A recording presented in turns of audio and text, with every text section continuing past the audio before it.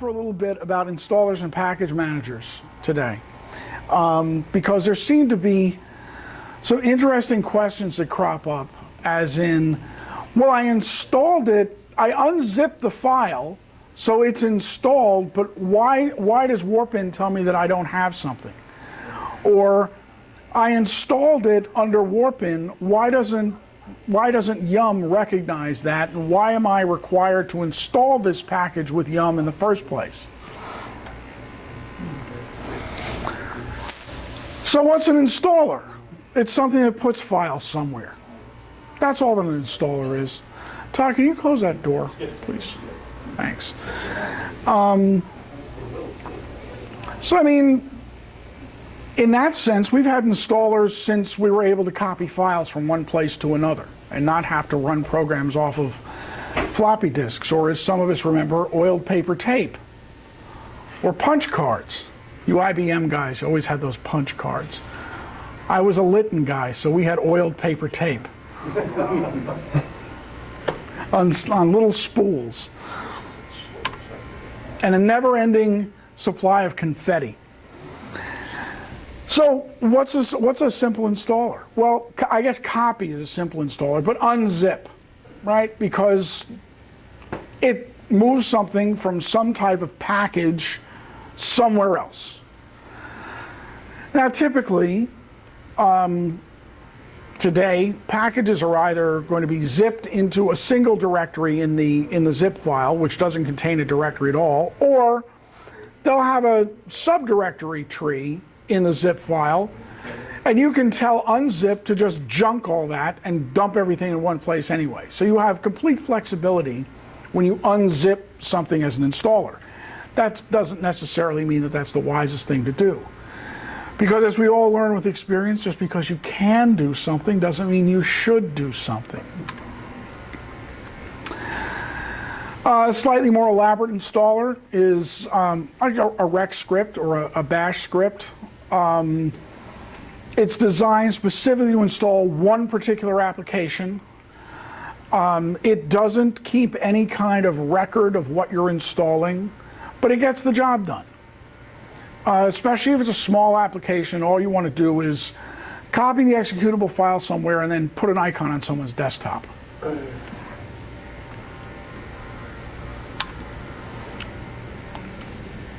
So, remember, whenever you say the IBM installer, you have to say the venerable IBM installer. It's just a prerequisite. It's part of the name now. The IBM installer was a great step in the right direction, but it was a first step. WarpIn is the next step in that evolution. And I remember seeing, when I still had a Microsoft TechNet subscription, a presentation about the Microsoft Windows installer. Because the biggest argument that people had about Windows is, I put this thing on, it splattered all these files all over my drive, and I want to remove the thing. And if we all recall, before Windows 95 or so, you had to use a third-party application if you wanted to uninstall something, like Clean Sweep or Uninstaller. So there was no real record keeping of what's installed and where is it and what do I need to do to move the system back to the way it was before. WarpIn, interestingly enough, pretty much does that. It keeps a record of what you've installed with it, and I will get to that emphasis later on. And it allows you to remove whatever you've installed in essentially following the reverse sequence of events that it went through to perform the installation.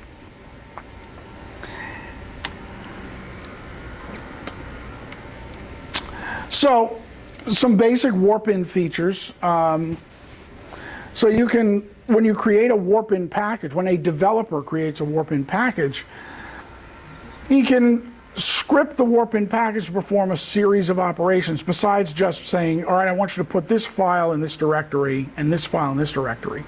You can edit the config sys, you can register workplace shell classes, you can create workplace shell objects for desktop things.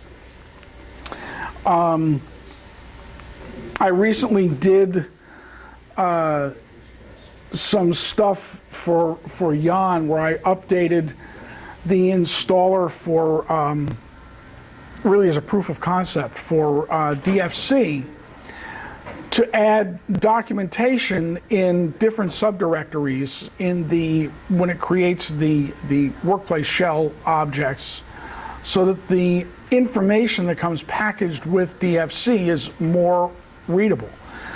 And as I say, I did it as a proof of concept because it's his application. It's not open source. I just said, here, use it if you want. It's kind of interesting.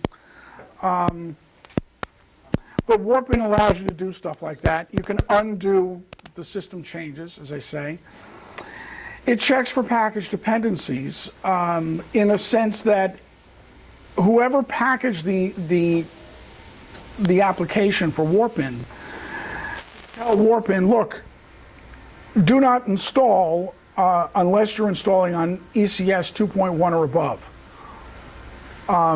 Even if the application will run perfectly well under ECS 1.2.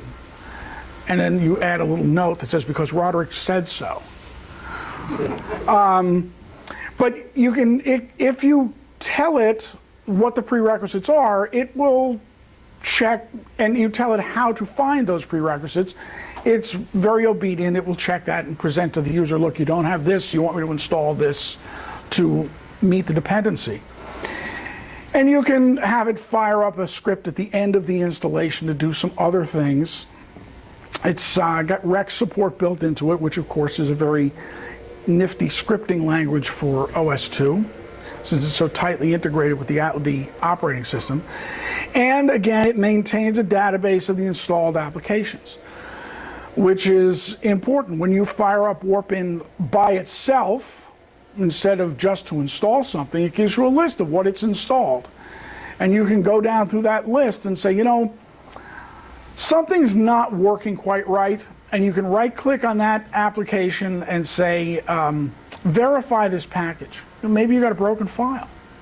If you got a broken file, maybe you got a dying hard drive. Or maybe like me, you were experimenting with about 50 other things at the same time and you broke it yourself. Now you could just throw up your hands and file a bug report and say it doesn't work.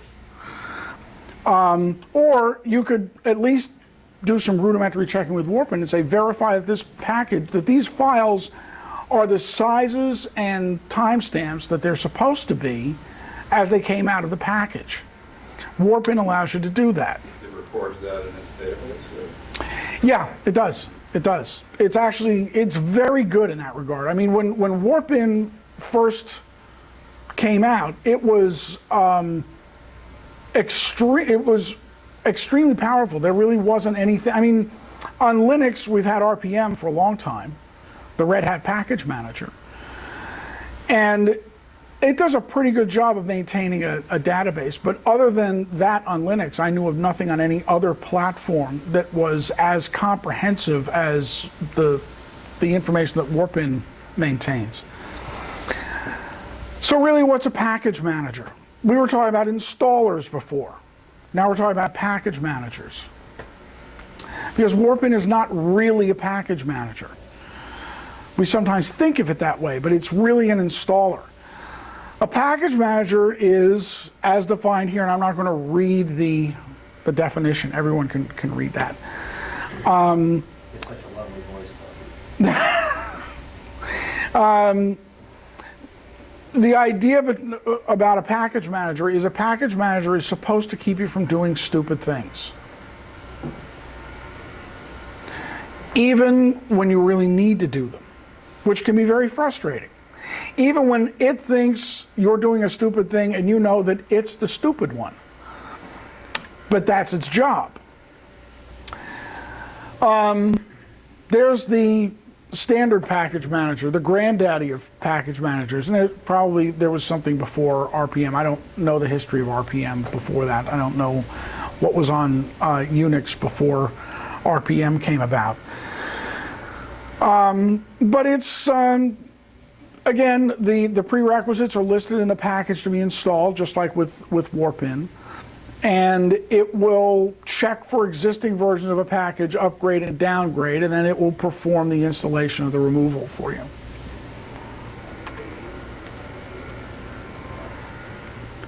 Here's a contrast between an installer and a package manager. An installer is really a one-way, which is why WarpIn is sort of more than just an installer. Usually an installer is ignorant of conflicts. As I said, Unzip has absolutely no idea. That's not Unzip's job. Unzip's job is to extract files from a particular package. Everyone familiar with tar in Linux? Tape archive? It's just a bunch of files that are scrunched together into one file. Now you can compress that, so you get .tar.gz. And then when you untar that, you tell it to process it through gzip and expand the compressed file. But it's really just one package of files. Just like Unzip. The only difference is Unzip does the compression too. But it's ignorant of anything else that you have. It doesn't maintain a package database. It's a great way to get things from one place to another. In other words, you can take a self-extracting installer, like a WarpIn executable, zip that, which is kind of silly because it's already compressed, but you might want to zip that, and then email that to someone else. Especially if it's a 10 megabyte attachment, because everyone in the room knows how much I love huge attachments in email.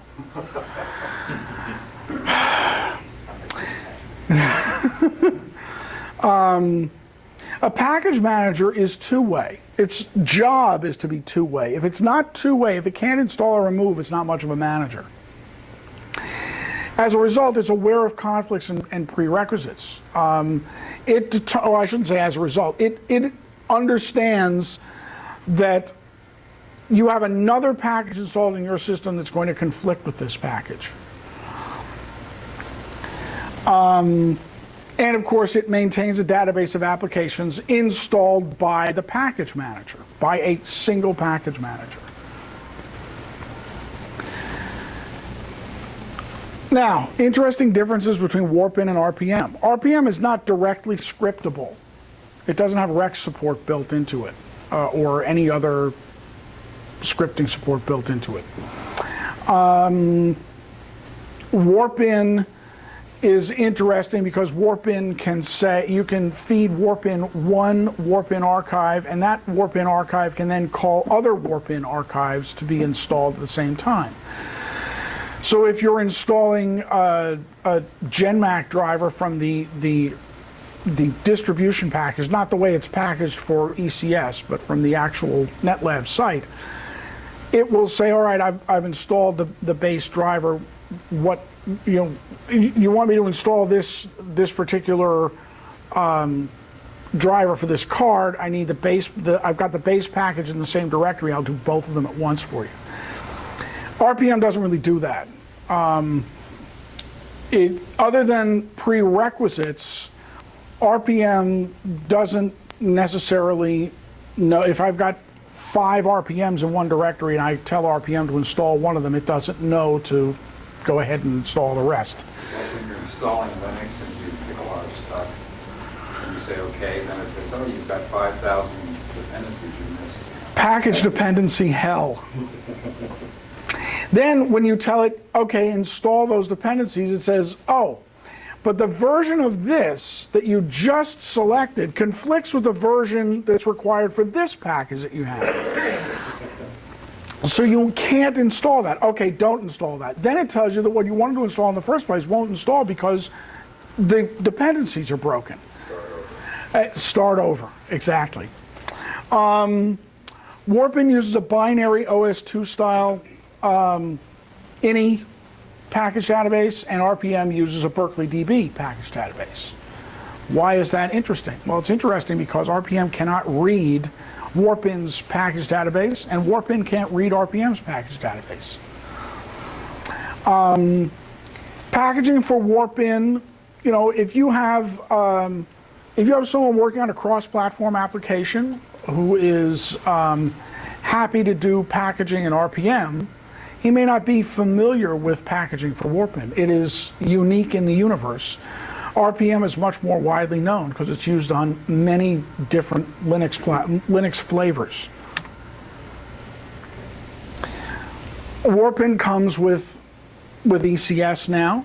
RPM needs to get installed. In order to install RPM on ECS, you need to download a WarpIn bootstrap program, which installs the basic files needed to tell you so that you can actually execute yum install yum, so that yum will go out and get itself and install RPM. WarpIn has a user-friendly user interface, and RPM is command line. That doesn't mean that someone couldn't make a nice front end for RPM. We have lovely front ends for RPM on Unix versions that run under GTK or Qt, but we don't have one under ECS yet. I don't know that there's a Qt4 interface for RPM that works for us. Destinations are typically more user configurable at the time of install when you're installing a package. And in RPM, the package needs to be flagged as relocatable in order for you to change where it goes. And if you're using yum in front of RPM, and I'm going to talk about that in just a minute because that's the missing link in all of this. If you're using yum, it's not so easy to say to yum, all right, I want to install this package, check the repositories for this particular package, and then tell RPM that I want to install it somewhere else besides where it wants to install it. Because if you're not intimately familiar with the package, you might not know where RPM intends to install that package based upon the person who packaged it. WarpIn, you can actually see the directory where its default installation directory and say, no, I don't want it to install the COS2 apps. I don't use COS2 apps anymore. I want it to go to Q programs. Normally, it's easier to do that under WarpIn. I mean, some packagers are aware of instances where things should really go in the right place. So if you're doing a libc package, you're going to want that to end up somewhere in the library path that you can be reasonably assured is going to be listed. So you're going to want to typically install that to OS2 DLL or ECS DLL. It's more difficult to do that with RPM. Now, what's a package management utility? So we have installers, package managers, and package management utilities. A package management utility is essentially a wrapper or a front end, something that runs in front of the package manager to make whatever the package manager does either better or to enhance the functionality of the package manager. Yum, and everyone in the room knows that yum stands for Yellow Dog Update or Modified and not for, boy, that tastes good. Yum is a standard package management utility on Red Hat and, on Ubuntu and Debian installations. And Yellow Dog. And Yellow Dog. I'm a SUSE guy, so for me, Zypper is my weapon of choice. I much prefer Zypper to Yum. Yuri ported Yum to OS2, so we have Yum. He didn't port Zypper. Whereas RPM maintains a database of applications, Yum maintains a database of repos. What's a repo? A file repository. A repository of installable packages, RPM packages. RPM doesn't know where those packages are located outside of where you tell it. In other words, if I download an RPM and I put it into my temp directory, and I fire up RPM, and I open a command prompt, change my temp directory, and I say RPM-I space this package. RPM install this package. This package is either local to that directory, or I can put a path in front of it. I can't tell RPM to install a package that's located on the NetLabs server. That's what Yum's job is. Yum's job is to go out, and I say to Yum info lib Odin. So I want to find out what the latest version of Odin is for ECS and OS2. Yum checks its database of repositories that are enabled, goes out and queries the index for the repositories, and finds the latest version it can find and says, this is the version of Odin that's available, and this is a description of it. That's on the internet somewhere? Which? Queries? It's not on... When you say Yum info whatever, it's both. In other words, it'll look through its cached data, compare it to when it updated that cached data from the enabled repos, and then update those repos if it has to get the latest information as to what packages are available in your enabled repositories, and then read the information from its cache and say, this is what's available. And is there one big mother repository, or is there like a million of them? Or? Well, yeah. Here's the story. In Linux, there are repositories located all over the place, and they house different things. So, for instance, there's a repository of packages for OpenSUSE that's maintained by OpenSUSE. LinuxHeads.org has another repository. Pacman has another repository. So you add all of these repositories to your list of repositories when you're looking for something. And then your system will go out and it'll update its cache of the contents of those repositories, and then tell you what you're looking for can be found here at this possible repository. It's not necessarily important to you that you know where in your bunch of repositories it is, other than the fact that you can get it. On OS2, it's different.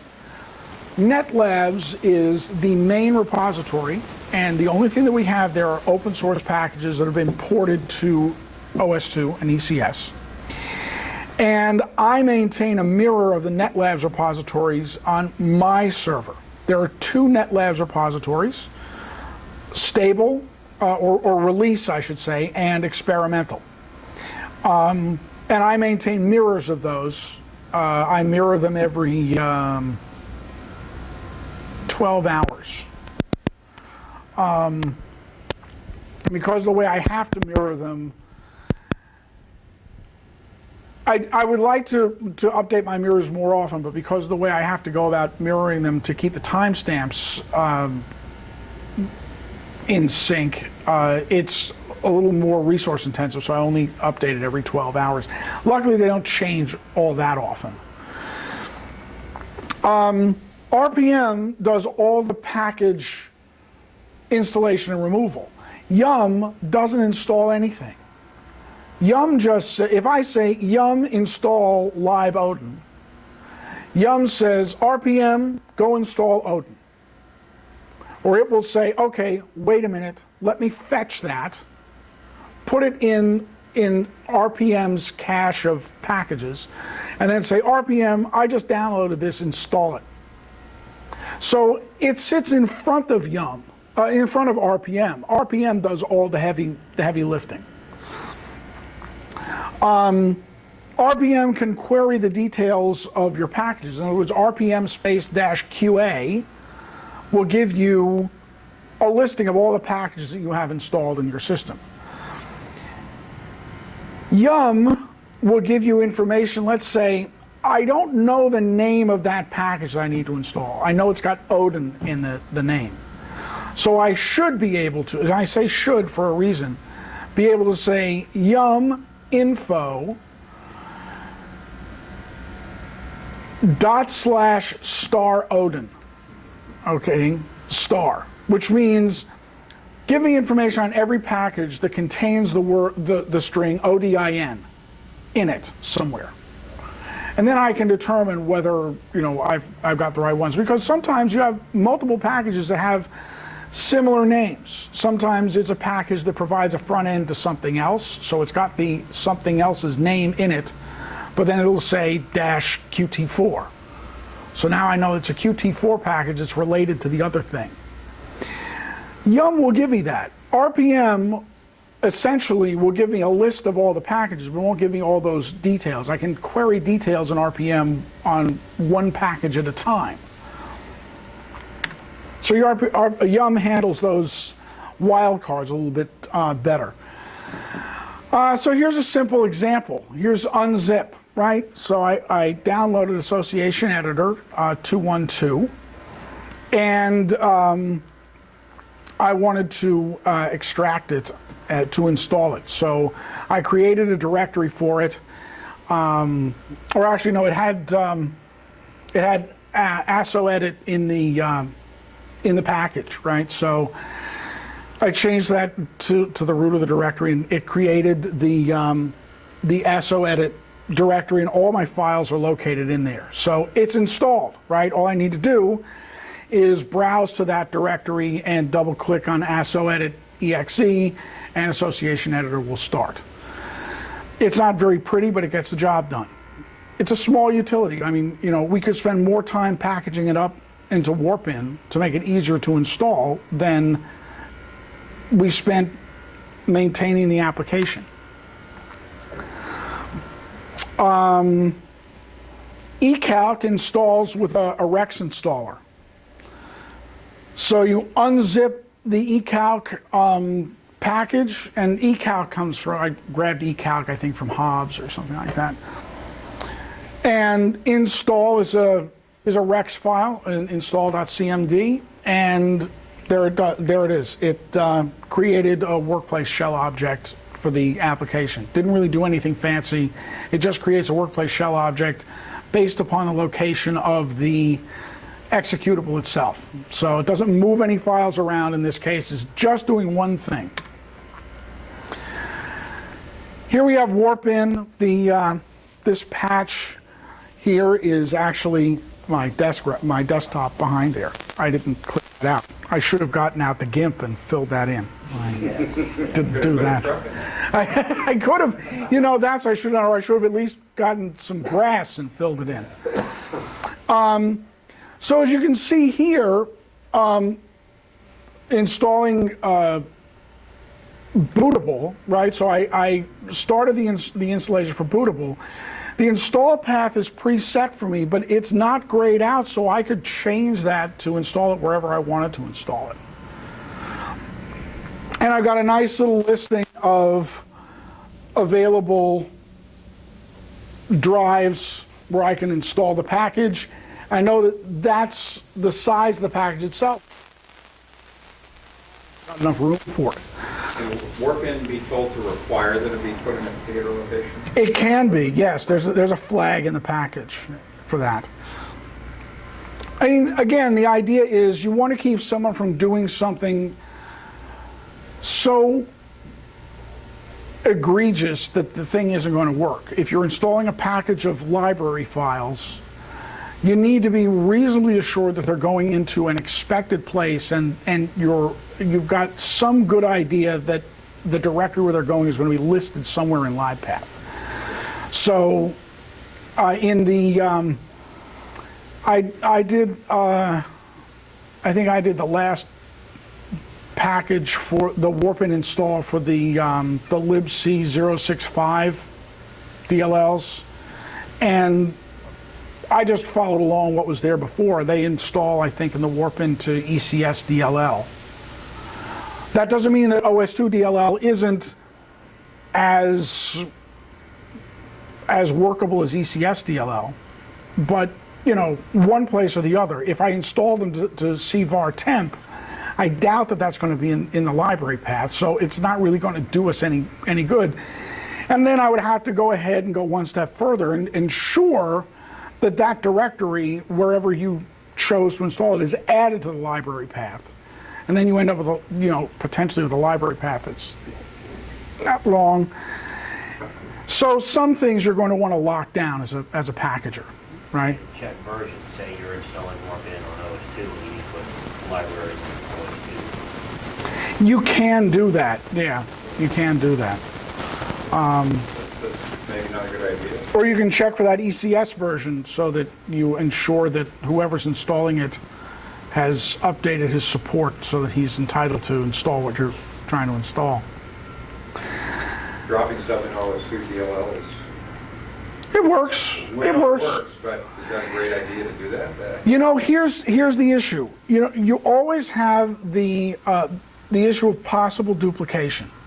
You don't want to end up with... Which one's going to get access? Yeah, remember, LivePath is processed in the order in which the entries appear. So if COS2 DLL appears before ECS DLL, and you have an older copy of libc065 in OS2 DLL, and you just did a fresh install of the latest update to that package in ECS DLL, the older one's going to get called. And it doesn't matter that you installed a newer one in that particular spot.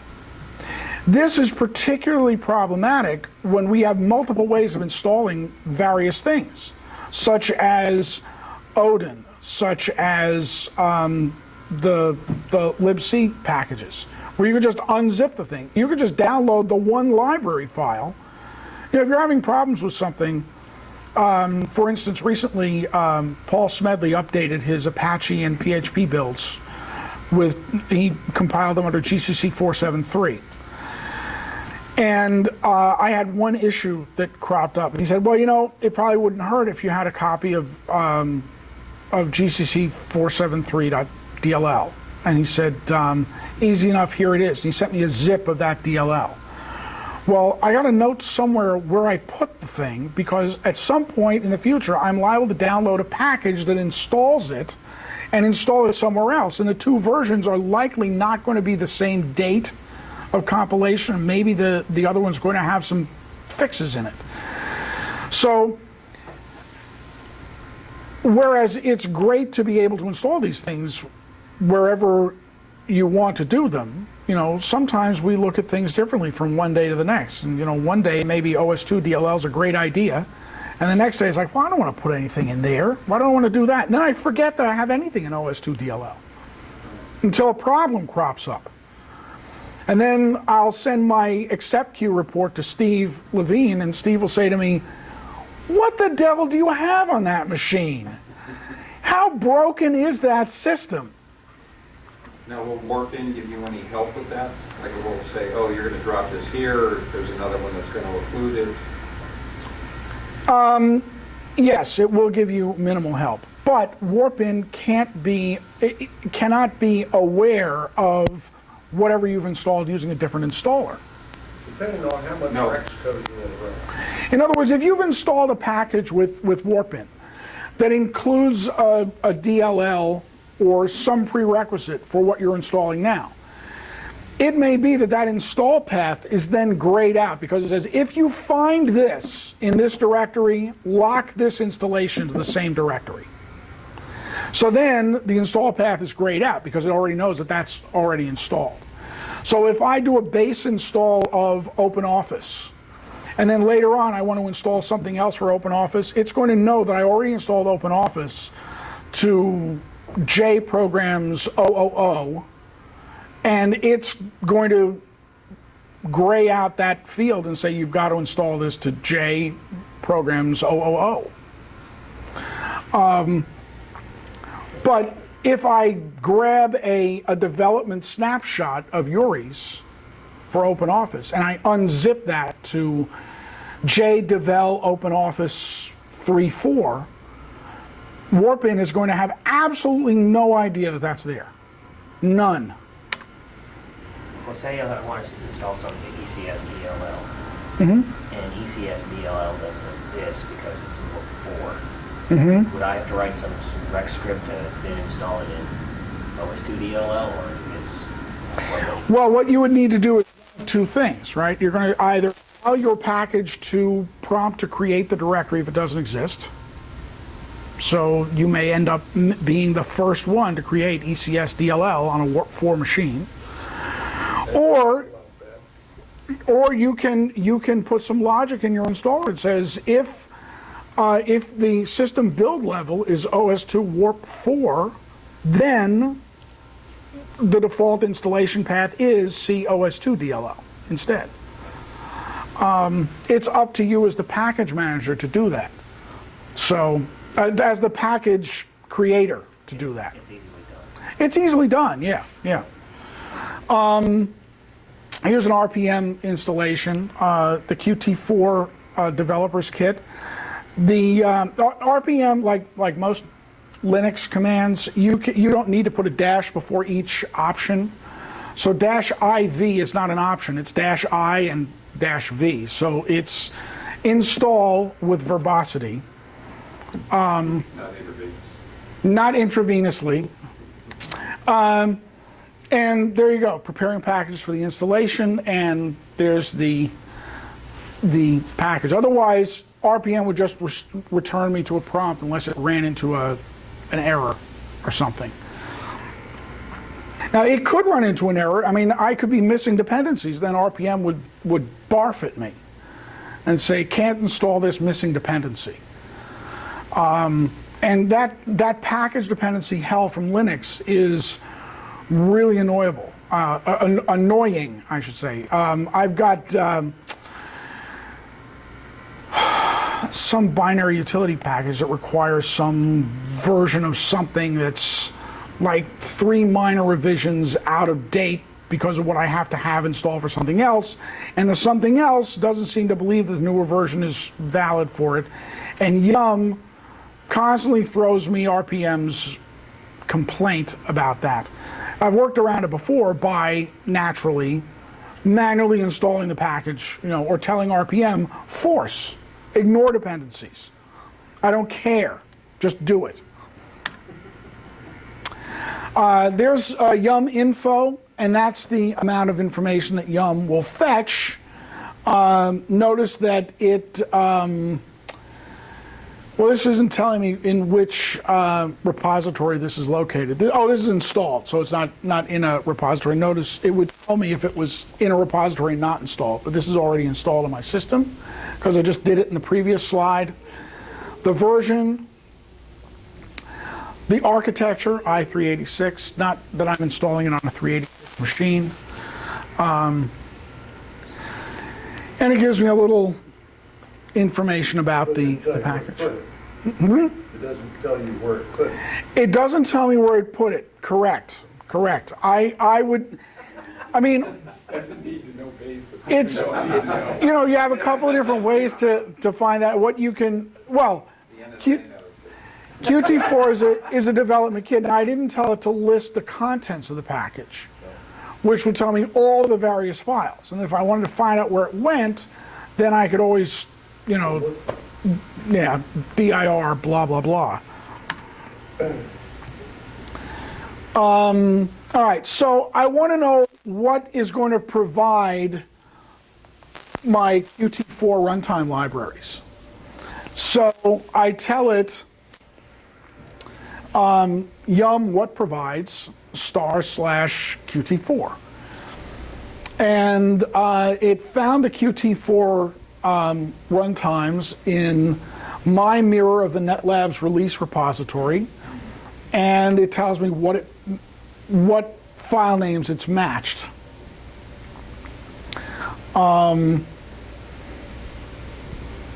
Why do I have that twice? Oh, I have that twice because the versions are different. So I actually had both versions available in the repository. I'm not sure why.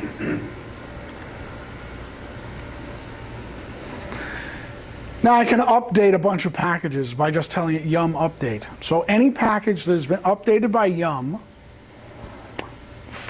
that has been installed by RPM, for which Yum is able to locate an update candidate, it's able to pull down and say, all right, we've got a new version of these files for you.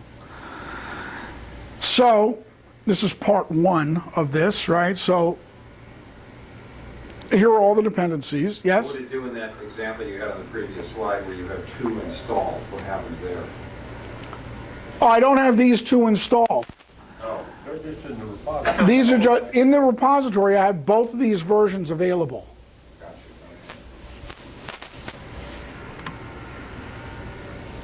So Yum update.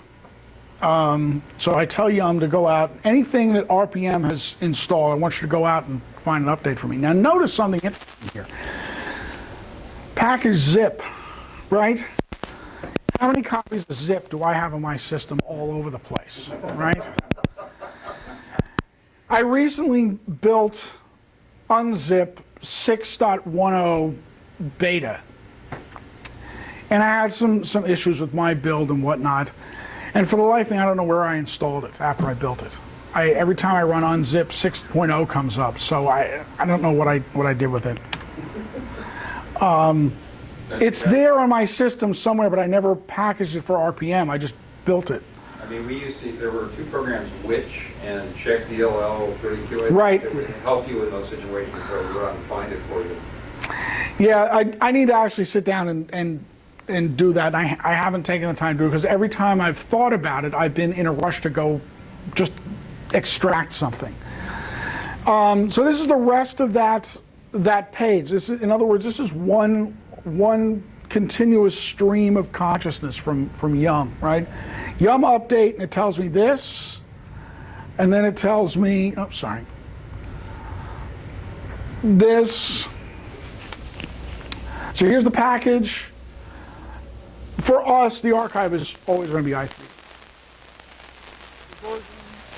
The repository where it's located, the only enabled repositories I have in my setup are my local mirrors, because why should I want to go all the way over to NetLabs and download it again when I've already done it on the server in the next room?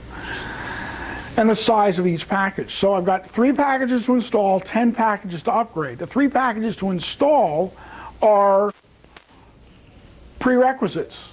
Those are dependencies. Because the GCC that I'm upgrading requires that I install those other packages.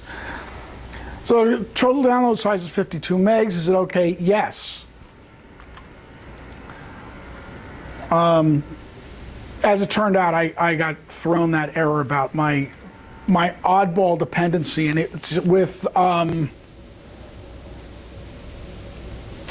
it's either with find or it's, I think it's with find. I've got some issue with one of the libraries that's outdated. And if I back level it, then I break the build of GCC that I'm using. So I can find out what the repositories are that I have configured with Yum repo list, and there are my 2 repositories, the experimental and the release mirrors. So some frequently asked questions. How do I know which package manager to use? You know, this is the age-old question on Novell administration. I've got all these different management tools. Which one do I use? The answer is all of them. You use whichever one you have to do to get the job done. If the package you want to install hasn't been packaged for WarpIn and it's only a zip file, well then obviously WarpIn is not an option for you. You're not going to take a zip package, create a WarpIn installer for it just to install the package for yourself. You might take a zip package and create a WarpIn installer for everyone else, but it's kind of silly if you're doing that on one machine. How do I install Yum? You need RPM, because Yum by itself is only going to track repos for you. It's not going to be able to call RPM to do any installations. So what good is it? So you need to get the WarpIn bootstrap, and if you follow that link, and this, by the way, this presentation of mine has been on the Warpstock file downloads space for several days. Just download this. There's a PDF of it, so you don't even need to run it into OpenOffice. You'll get that link, and then follow the guide. It's very simple. It's very straightforward. Can WarpIn download new packages? Well, why can't I do this with WarpIn? Well, because that's not WarpIn's job. WarpIn's job is not to download updates for you. So, WarpIn is essentially a package manager. It's not a management utility. Can WarpIn read my RPM database? No. WarpIn has no idea what you've installed with RPM. So yes, it is entirely possible that you can end up with two completely different installations of exactly the same program in two completely different places. That's entirely possible. Happens all the time to us. Doesn't happen on Linux, normally. Unless you actually download a zip of something, or you build it yourself and decide to put it somewhere else. Because in the Linux world, you normally use RPM as your package manager. And that's it. You don't have a choice of package managers. Can RPM download packages? No. RPM is a package manager. It's not a package management utility. It doesn't download anything. It has no idea about repos anywhere. No idea, no concept of that. It's got no HTTP functionality, no downloading facility in it. That's not what it does. Can RPM read my WarpIn database? No, for the same reason WarpIn can't read the RPM database. They're two completely different databases in two completely different places, written by two completely different groups of people at two completely different times. They have absolutely nothing to do with each other, other than the fact that you probably have both of them, and you're going to need both of them for different things. Have I confused everyone enough with that? RPM can do stuff WarpIn can't or something? Like, well, how? RPM can install packages that were packaged for RPM to install. There may not be a WarpIn package for what you want to install. So for instance, if I go back a little bit here,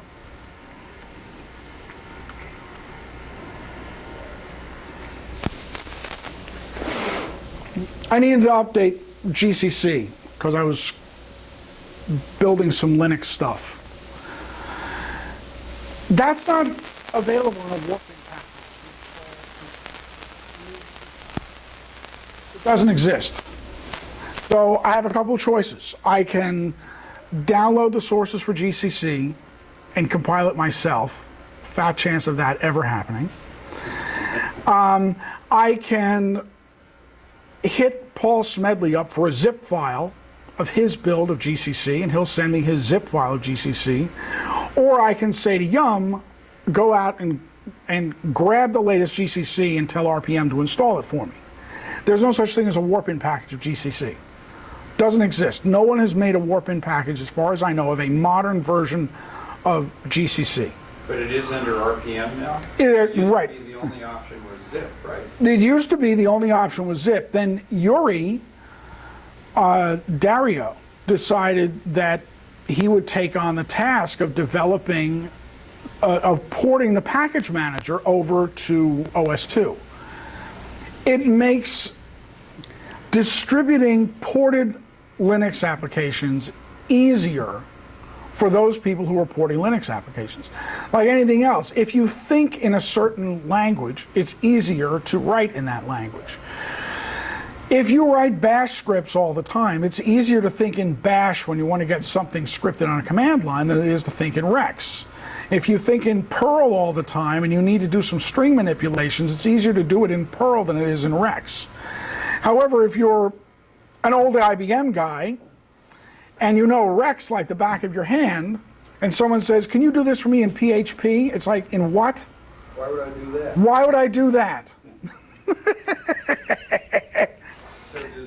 this is slightly off the subject, but GCC, does it still require like multiple installs? Like the last time I installed that compiler, I did the 4.0 whatever version, and then I found out the hard way it needed some 3.0 stuff in order for the 4.0 stuff to work. And Is that? You know something? That is the bane of existence in the Linux world. And as a result, since GCC is a Linux application, that kind of stuff is going to be with us forever. That wasn't Smedley doing that. That was just because of the way the compilers is. Yeah, I mean, I'm not sure exactly what your particular situations There were were. headers that were required. Well, yeah, you can always be missing header files. You know, They didn't just take the headers and put them in the new one. as I build more stuff under this platform, first of all, it is so much easier to build under native Linux. I can sit down to an OpenSUSE machine, and if I need a build of something, I needed the APC UPS daemon built for 64-bit Linux. I had just done a 64-bit open enterprise server install, and no one had done a recent build of the 64-bit APC UPS monitor utility for me to run. And I needed to get out of my client's office, and I'm not, you know, it's one of those things where, you know, it's a time cost evaluation. You know, am I going to sit here and browse the net for 2 hours trying to find this stupid thing, or am I going to just go grab the sources and build it? So I grabbed the sources and I built it in 15 minutes. No problem. Doing that on OS2, I download the sources. I run configure. Configure looks like it's finished. I run make starts up. It starts building, it starts building, it starts building. Then it throws me some obscure error that it can't find a file that I know is there. Then I go looking. Then I can't find it. Then I post a note. One of the great guys that we have will respond to my note on a newsgroup or something and say, oh, you know, that happens. You're missing the header file for such and such. How would I know that?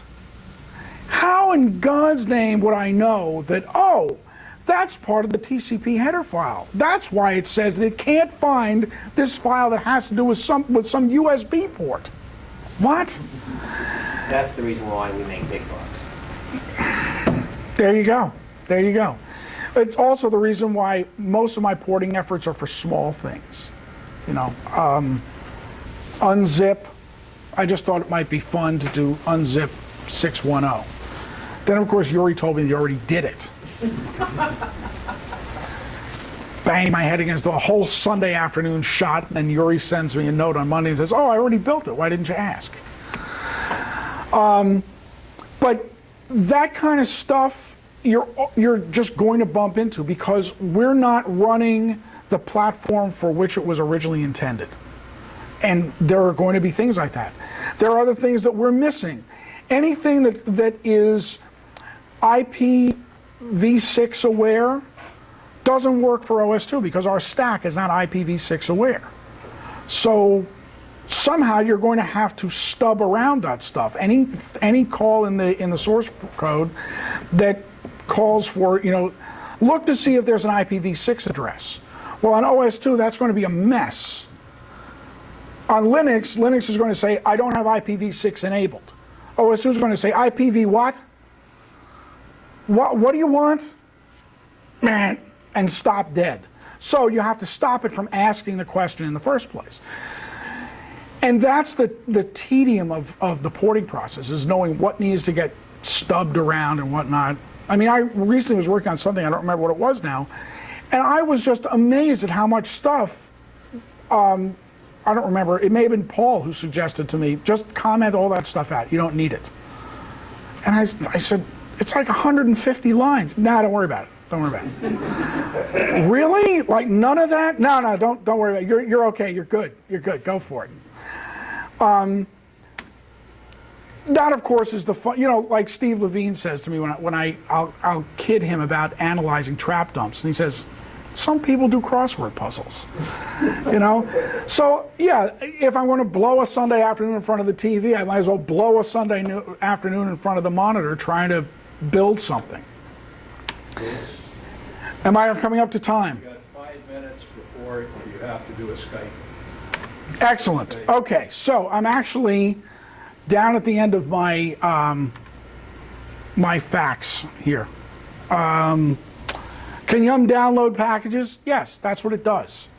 It maintains a list of where packages are, caches what packages are available, and it will download those packages and hand them off to RPM. Can Yum install packages? No, once again, it's not a package installer. RPM is a package installer, a package manager. Can Yum read my WarpIn and or RPM data? These are real questions that come up on OS2 and Ecom Station mailing lists. I have Yum, but it won't install. Well, somehow or other you got Yum installed and there's no RPM there. You removed it or something. Somehow. Yum cannot read WarpIn and or RPM databases. That's not its job. Yum doesn't do that. Yum understands a database of repositories, not databases of applications or packages. What's still needed for Ecom Station? Conflicts can occur, right? As we discussed, when a package is installed differently. So we need to have some kind of shim between WarpIn and RPM. That would be a major improvement. Something to determine if you're going to install something under RPM, you already installed this under WarpIn. In this directory, the package is flagged as relocatable. Do you want me to install over the other version and update WarpIn's database? That would be ideal. Or you install in WarpIn, and WarpIn says, I noticed that in your RPM database, you've installed this package in such and such. Do you want to start with that? So that would be terrific. I doubt it's ever going to happen. There's a conflict example for you, right? So I end up with two completely isolated installations of Odin. Which Odin am I going to use? Whichever one comes first in my library path. That's the installation I'm going to use first. Live Odin is not relocatable. So the RPM package will not let me put this anywhere except there. So even though I've got this installed here, I can't put it anywhere but there if I install it using RPM, because it's flagged as not relocatable. Is that inaccurate? It's not inaccurate based upon the packaging. In other words, everything in the package expects that it's going to be installed there.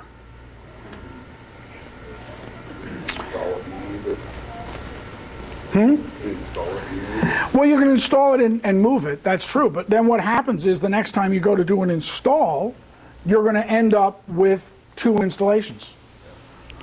It will say, you know, you have such and such installed, I'll update it for you. And that's terrific, you'll update it for me, but I've already moved it. It's not where you thought it was. So you'll install it into the location where you think you should install it, but my old package is still there. Then I have to move it again. That's the whole thing. Yeah, that's true. That's what I mean. Yeah. Install it and move it. Exactly. Move it to where the old install was. References, and again, you can download this installation, and that's that. So we need a utility that'll turn RPM packages into WarpIn packages. We need a utility. Well, turning one into the other is probably not the best idea. The best idea is a utility that is able to update the opposite utility with information. Something that can update your Yum does.